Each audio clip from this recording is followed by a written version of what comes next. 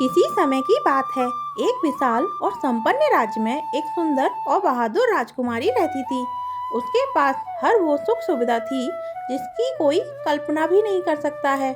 महल के झिलमिलाते दरवाजे, दासियां उसकी सेवा में हर पल लगी रहती थीं और हर तरह के खजाने उसकी एक मुस्कान पर पेश किए जाते थे। लेकिन एक अजीब सी उदासी उसके दिल में घर कर गई थी। राजकुमारी के चेहरे पर हमेशा एक गंभीरता छाई रहती, जो उसकी सुंदरता को धुंधला कर देती थी।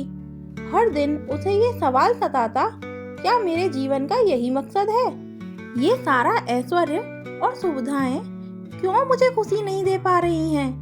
राजकुमारी ने कई रातें सोते सोते बिताई, लेकिन एक भी रात चैन की नींद नहीं आई। एक दिन जब उदासी हद से ज्यादा बढ़ गई, तो उसने अपने जीवन को खत्म करने का फैसला किया। वह पहाड़ की चोटी पर जाकर अपनी जिंदगी समाप्त करना चाहती थी, जहां से उसे नीचे गिरकर सब समाप्त कर देना था।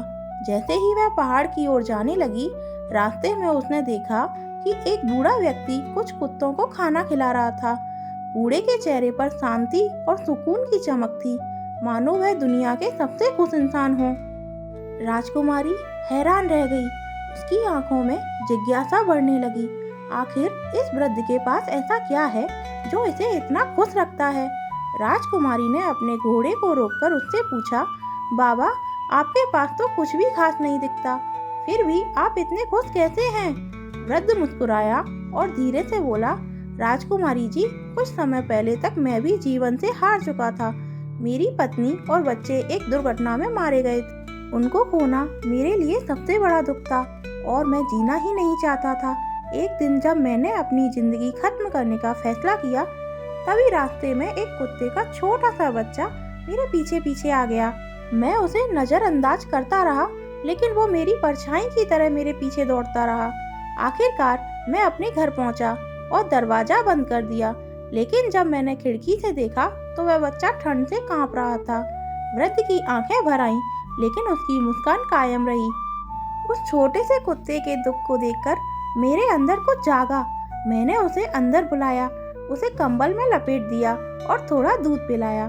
कुछ ही देर में वह सामान्य हो गया और मुझे उसकी मदद करके इतनी खुशी मिली जितनी मैंने कभी महसूस नहीं की थी। उसी दिन मैंने समझा, अगर मैं अपने दुख में भी किसी और को खुशी दे सकता हूँ, तो शायद यही मेरी जिंदगी का असली मकसद है। राजकुमारी के दिल में एक अजीब सी हलचल हुई। उसने सोचा, क्या मैंने कभी किसी और के लिए कुछ किया है? मेरी सारी जिंदगी खुद के बारे में सोचते हुए निकल गई, लेकिन शायद दूसरों की मदद करने में ही सच्चा सुख है।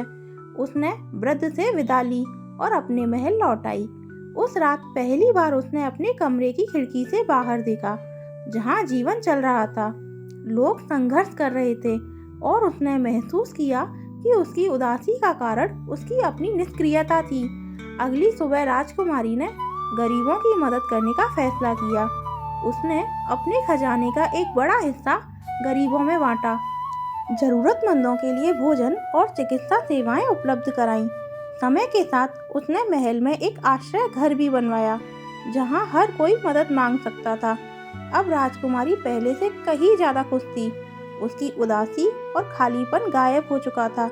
उसने जाना कि असली खुशी अपने लिए नहीं, बल्कि दूसरों के लिए जीने में है।